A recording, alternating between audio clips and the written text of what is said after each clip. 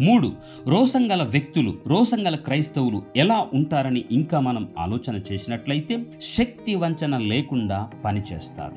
సౌలు యొద్ద బాలుడైనటువంటి దావీదు అప్పటికే అభిషేకించబడ్డాడు ఆయన.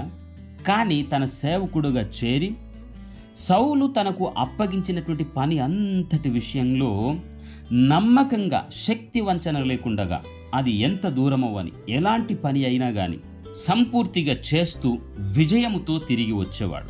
1 సామ్యుయేలు గ్రంథము 18వ అధ్యాయము 5వ వచనము. అలాగే ఈ భూమి మీదికి యేసు ప్రభువారు సర్వ మానవ జాతికి రక్షణ ప్రసాదించడానికి దిగి వచ్చి ఉన్నప్పుడు మధ్యవర్తిత్వపు ప్రార్థన యేసు ప్రభువారు ఒకరోజు చేస్తూ యోహాను సువార్త 17వ అధ్యాయం 4వ వచనంలో ఇలా అన్నారు, నువ్వు నాకు అప్పగించినటువంటి పని నేను సంపూర్తిగా చేసి ఉన్నానని ఆయన చెప్పాడు. నాతో చెప్పగలరా? హల్లెలూయా.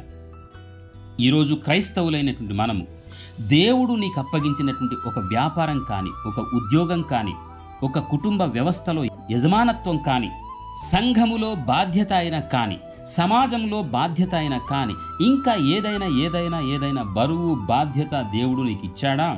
శక్తి వంచన లేకుండగా నీకప్పగింపబడినటువంటి పని విషయంలో నువ్వు బాధ్యత కలిగినటువంటి వాడవై, బాధ్యత కలిగినటువంటి దానవై, శక్తి వంచన లేకుండగా పరిపూర్ణంగా చేసేటటువంటి వారుగా ఉండాలని రోసం అనేటటువంటి ఆంతర్యం మనకు తెలియచేస్తూ ఉంది.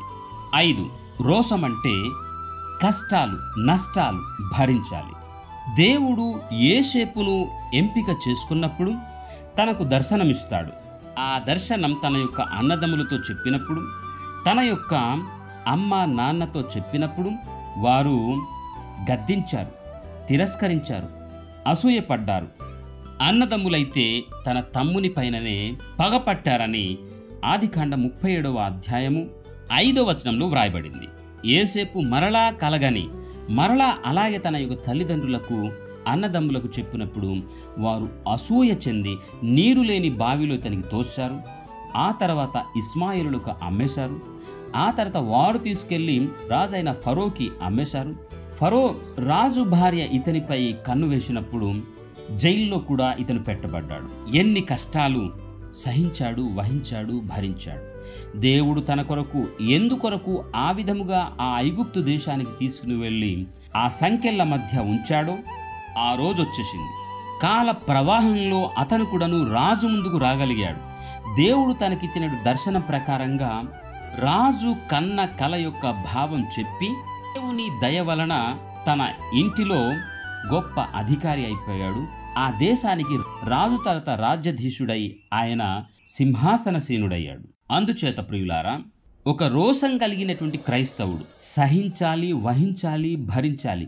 తిరుగుబాటు చేస్తే ఇంతటి ఆధిపత్యం కలిగినటువంటి నాయకత్వం, గొప్పతనం, ఘనత, గౌరవం వచ్చి ఉండేదిదా? రాదు ప్రియులారా. అందుకే మనము రోసం కలిగినటువంటి వారుగా జీవించాల్సినటువంటి అవసరత ఉంది. రోసం కలిగినటువంటి క్రైస్తవులు ఎలా జీవించాలి అని అనుకున్నట్లయితే దేవునిపై మాత్రమే ఆధారపడాలి.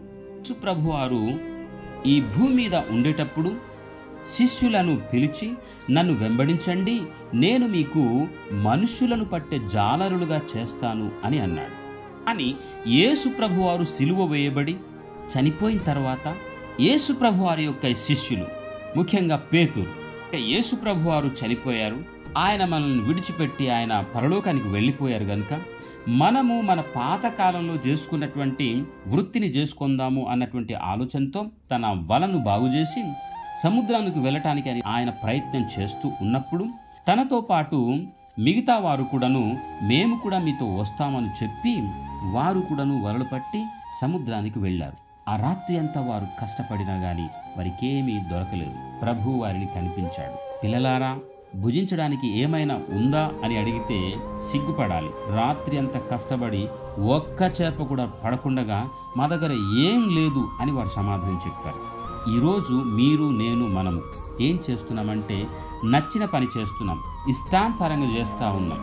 దేవుని యొక్క ఇష్టం కనుగొనకుండగా, దేవుని యొక్క చిత్తము కనుగొనకుండగా ఇష్టానుసారంగా పనిపాటు చేస్తూ మనపై, మన బుద్ధిపై, మన జ్ఞానంపై మనం ఆధారపడి నష్టపోతూ ఉన్నాము. ఇలాగే సంఘాల్లో, కుటుంబంలో, రాజ్యంలో ఉన్నటువంటి ప్రజలు వారికి నచ్చినట్లు పనులు చేస్తూ నష్టపోయి ప్రాణాల మీదికి వారి యొక్క వృత్తి, వ్యాపారము, ఉద్యోగాలు వారి ప్రాణాల మీదకి తెచ్చుకున్నట్టుగా అంత పని చేసుకుంటూ ఉన్నారు. కానీ దేవుడు ఏర్పాటు చేసుకున్నటువంటి తన ప్రజలకు దేవుడెన్నడూ విడిచిపెట్టాడు. వారంతా బాధలో ఉంటే వారి దగ్గరికి పోయి ప్రభువారు ఏమన్నారంటే, పిల్లలారా, ఎడమవైపు కాదు, మీరు కుడివైపు వల వేయండి అని చెప్పాడు. వారలా చేసినప్పుడు ఆ యొక్క గలీలయ సముద్రంలో 150 రకాల చేపలు ఉన్నట్లుగా ఆ ప్రాంతంలో ఉన్నటువంటి చరిత్రకారుల యొక్క స్పష్టీకరణ ఉంది. ఈ 153 రకాల చేపలు వీళ్ల వలలో పడినట్లుగా మనం లేఖనాల్లో చూస్తాం. యోహాను సువార్త 21:1-5 మనం చూడగలుగుతాం. ఈ సంఘటన మనకి ఏం తెలియచేస్తుంది అని మనం ఆలోచన చేసినట్లయితే, మనం ఏ పని చేసినా గాని, ఏది చెయ్యాలి అని ఆలోచించినా గాని మన స్వబుద్ధితో కాకుండా దేవుని పైన ఆనుకొని చేసినట్లయితే మీ మార్గం సరళీకృతమవుతుంది అని సామెతల గ్రంథం 3:5 వ్రాసి ఉంది. గనుక ఈ యొక్క సంఘటన దేవునిపై ఆధారపడి మనం చేసేటటువంటి ఏ పనైనా సరే చెయ్యాలి అన్నటువంటి భావన ప్రభువారు పుట్టించినట్లుగా ఈ లేఖన వచనాలు మనకు స్పష్టం చేస్తాం.